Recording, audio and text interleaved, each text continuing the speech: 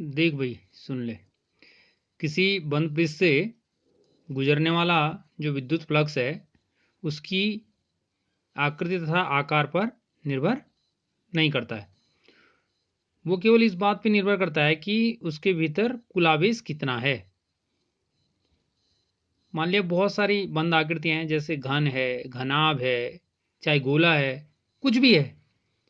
यदि उनके भीतर आवेश समान होगा, कोई एक ही आवेश यदि हम प्रत्येक उन बंद सतहों के भीतर रखेंगे तो उनसे गुजरने वाला जो फ्लक्स है वो एक समान आएगा सबके लिए। जैसे कि इस पॉइंट में मैंने क्लियर भी किया है कि आकृति और आकार पे वो डिपेंड नहीं करता है। तो ये फॉर्मूला भी है, देखो फाई इक्वल टू क्या होता है, क्यू अपॉन एप्सिलॉन नॉट, जिसमें क्यू बंद पृष्ठ के भीतर कुल जो परिबद्ध आवेश है, यानी उसके भीतर हमने आवेश कितना रखा हुआ है। यदि मान लिया कुछ पॉजिटिव आवेश, कुछ निगेटिव आवेश, अलग अलग आवेश रखे हुए हैं, तो हम उनका बीजगणितीय योग करेंगे। पॉजिटिव वाले पॉजिटिव एक साथ जुड़ेंगे, नेगेटिव वाले एक साथ जुड़ेंगे, और फिर टोटल आवेश जो निकलेगा वो उन सबका बीजगणितीय योग करके हम ज्ञात करेंगे। ठीक है। और एप्सिलॉन नॉट आप जानते हैं निर्वात की विद्युतशीलता है, जिसका वैल्यू 8.85 इंटू 10⁻⁻12 होता है। और दूसरी बात जो बहुत इंपॉर्टेंट है, इसको भी समझना है कि आवेश पृष्ठ के भीतर उसकी स्थिति पर निर्भर नहीं करता। मान लिया हमारी बंद पृष्ठ है, जैसे आपके क्वेश्चन में अभी आगे दिया हुआ भी है कि घन है आपके पास, और उस घन में मान लिया जो आवेश आपने रखा हुआ है वो उसके सेंटर पे रखा हुआ है, चाहे थोड़ा दाएं रखा हुआ है चाहे बाएं रखा हुआ है। मान लिया ये मैं यहाँ पे फिगर बनाता हूँ, मान लिया ये आपका एक दिखाई दे रहा है, ये घन है मान लिया। अब इसमें चाहे इसके भीतर आवेश यहाँ पे रखा हुआ हो, यहाँ रखा हुआ हो, यहाँ रखा हो, यहाँ रखा हो, हाँ, सतह पे नहीं होना चाहिए। सतह पे होगा तब थोड़ा सा डिफरेंट है, वो आपको अलग से समझाया जा सकता है। सतह पे होगा तो मान लिया ये कॉर्नर पे होगा या इस सतह पर होगा बीच में, यहाँ पे इसके भीतर यदि कहीं पे होगा, चाहे सेंटर पे हो, चाहे इधर हो, इधर हो, इधर हो, कहीं पे भी रखा हुआ होगा, तो उस पे फ्लक्स डिपेंड नहीं करता, उसकी पोजीशन पे डिपेंड नहीं करता।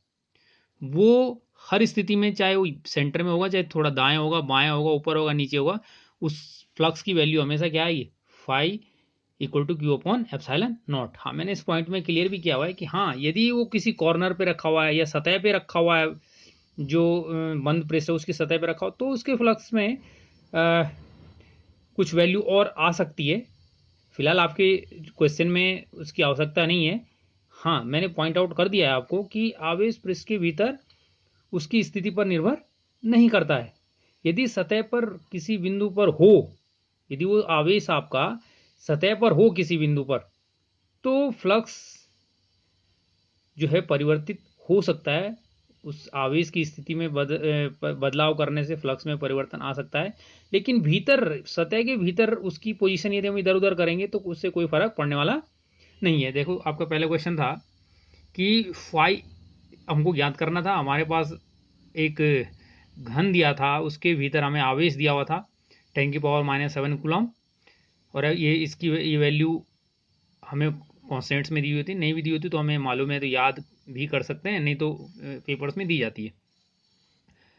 अब देखिए, हम जानते हैं किसी भी सतह से, वो चाहे गोलाकार हो, चाहे घनाभ के आकार की हो, चाहे घन के आकार हो, कोई भी हो, सबके लिए एक ही फॉर्मूला है जो हमें गॉस ने दिया है, इसको अप्लाई कर सकते हैं। अब यहाँ देखेंगे आप, क्यू हमें दिया हुआ है, हमें फाई निकालना है, और वो आवेश उसके भीतर चाहे इधर उधर उन्होंने खिसका के रख दिया, चाहे सेंटर पे रख दिया, कुछ भी रख दिया, उससे फर्क पड़ने वाला नहीं है। मैंने आपको इस पॉइंट में भी इधर इस पॉइंट में आपको समझाया था। तो सीधे फ्लक्स निकालेंगे, फ्लक्स से कैसे निकलेगा, phi equal to Q upon epsilon naught. ये क्यू की वैल्यू रखी, ठीक है, और ये एप्सिलॉन नॉट का वैल्यू रखा, तो ये देखिए ये क्या हो जाएगा, ये 10 की पावर्स को हम सॉल्व करेंगे तो ऊपर 10⁻⁻7 है, नीचे 10⁻⁻12 है, ये -12 ऊपर जाके +12 हो जाएगा, तो 10⁻⁻7 प्लस 10⁻12, तो 1/8.85 इंटू 10⁻⁻7 प्लस 12। अब -7 + 12 तुम जानते हो सॉल्व करेंगे कैसे, तो -7 + 12 इनमें डिफरेंस आएगा इनका, तो ये +5 होता है, 7 और 5 12 होता है ना, तो माइनस के 7 हैं, प्लस के 12 हैं, तो आपके पास प्लस के 5 बच जाएंगे आपके पास। ठीक है, प्लस के 5 आपके पास बच जाएंगे। अब हम यहां से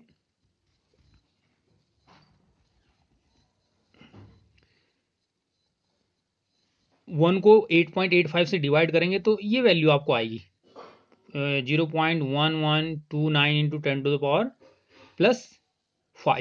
ठीक है। अब यदि हम इस पॉइंट को एक आगे खिसकाएं तो हमारा जो 10 की घात है वो ऋण घात 1 इसके ऊपर आएगी, तो +5 यहाँ पे है, +5 -1 होगा तो वो +4 आ जाएगा आपका। और ये यहाँ से हम इस राउंड फिगर करेंगे 2 अंकों तक, यदि इसको बना दे तो ये 9 है, 5 से अधिक है तो इससे पहले वाली संख्या में 1 बढ़ा देंगे, आपके पास आ जाएगा 1.13। सार्थक अंकों में आपको समझाया गया ये। तो ये पहले क्वेश्चन का आपका आंसर आ जाएगा।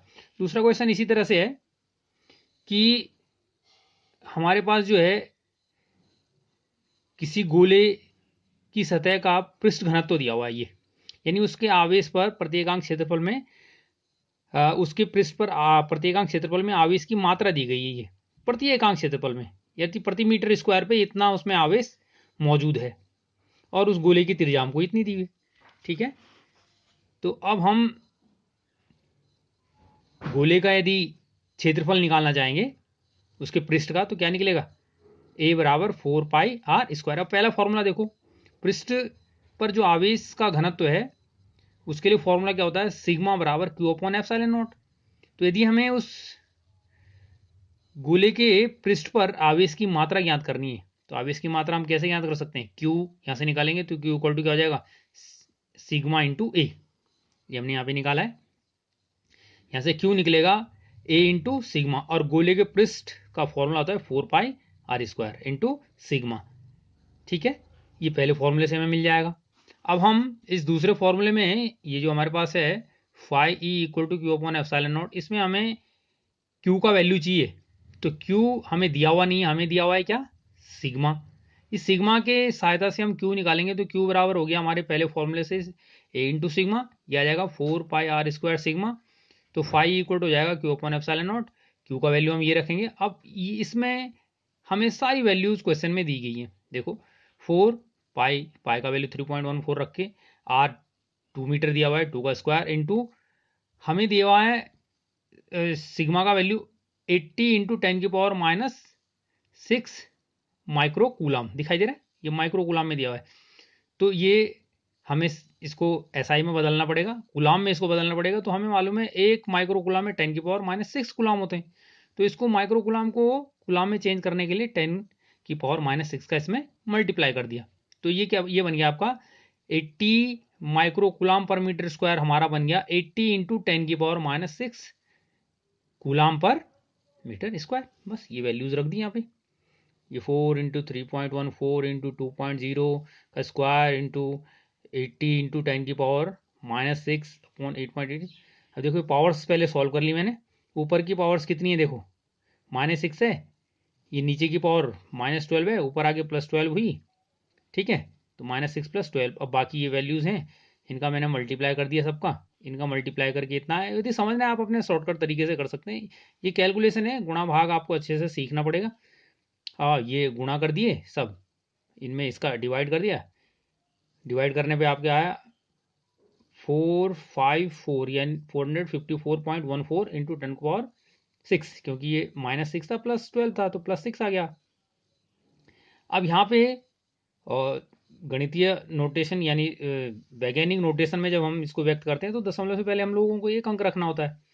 तो यहाँ पे दशमलव से पहले 3 अंक हैं, तो ये 2 अंक यदि हम इधर को दशमलव खिसकाएंगे तो 10 की पावर हमारी 2 बढ़ जाएगी। तो यहाँ पे अभी 6 थी, अभी दशमलव हमने यहाँ से खिसका के यहाँ लिख दिया, और दशमलव के बाद हमने 2 स्थानों तक इसका आंसर लिखा। तो यदि ये 1 की जगह 5 होता, 6 होता, कुछ भी होता, तो हम इसमें इसको 5-5 कर देते। ये मैंने आपको सार्थक अंकों में समझाया था 11th में, तो इसलिए आ जाएगा ये 4.54 इंटू 10⁻, और ये 2 पावर यहाँ से इसकी बढ़ गई 10⁸ न्यूटन स्क्वायर मीटर स्क्वायर पर कूलाम, ठीक है।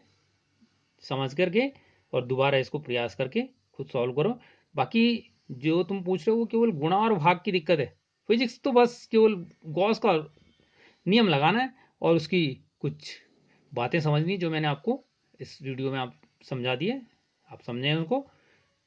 नहीं समझ में आता है तो फिर पूछें, कोई क्वेश्चन नहीं आता है पूछ सकते हैं।